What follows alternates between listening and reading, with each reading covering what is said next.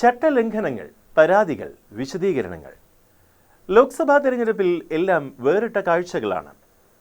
കുടുംബശ്രീയുടെ ഔദ്യോഗിക പരിപാടിയിൽ പങ്കെടുത്തതിന് പത്തനംതിട്ടയിലെ LDF സ്ഥാനാർത്ഥി തോമസ് ഐസക്കിന് ജില്ലാ വരണാധികാരി താക്കീത് നൽകി. സർക്കാർ പരിപാടികളിൽ ഇനി പങ്കെടുക്കരുതെന്നാണ് തോമസ് ഐസക്കിന് നിർദ്ദേശം നൽകിയത്. തൃശൂരിലെ NDA സ്ഥാനാർത്ഥി സുരേഷ് ഗോപി പെരുമാറ്റച്ചട്ടം ലംഘിച്ചുവെന്നാരോപിച്ച് LDF നൽകിയ പരാതിയിൽ സുരേഷ് ഗോപിയോട് തെരഞ്ഞെടുപ്പ് കമ്മീഷൻ വിശദീകരണം തേടി. കുടുംബശ്രീയുടെ ഔദ്യോഗിക പരിപാടിയിൽ തോമസ് ഐസക് പങ്കെടുത്തത് ചട്ടലംഘനമെന്ന് ചൂണ്ടിക്കാട്ടിയാണ് ജില്ലാ കളക്ടർ താക്കീത് നൽകിയത്.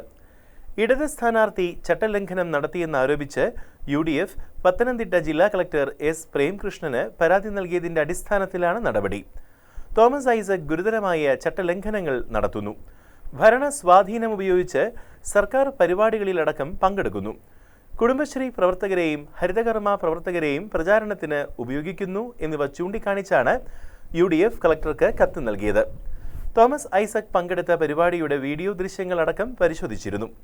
പരാതിയിൽ തോമസ് ഐസക് നൽകിയിട്ടുള്ള വിശദീകരണം കൂടി പരിശോധിച്ചാണ് നടപടിയെടുത്തിട്ടുള്ളത്.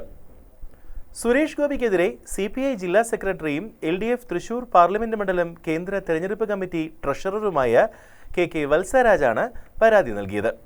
സ്ഥാനാർത്ഥിയുടെ അഭ്യർത്ഥനയിൽ ആവശ്യം വേണ്ട പ്രിന്റിംഗ് ആൻഡ് പബ്ലിഷിംഗ് സംബന്ധിച്ച വിശദാംശങ്ങൾ ഇല്ല എന്നതാണ് പരാതിക്ക് അടിസ്ഥാനമായ കാര്യം. ജനപ്രാതിനിധ്യ നിയമത്തിലെ വിവിധ വകുപ്പുകൾ പ്രകാരമാണ് പരാതി നൽകിയത്. ജില്ലാ കളക്ടറാണ് സ്ഥാനാർത്ഥിയോട് വിശദീകരണം തേടിയിട്ടുള്ളത്.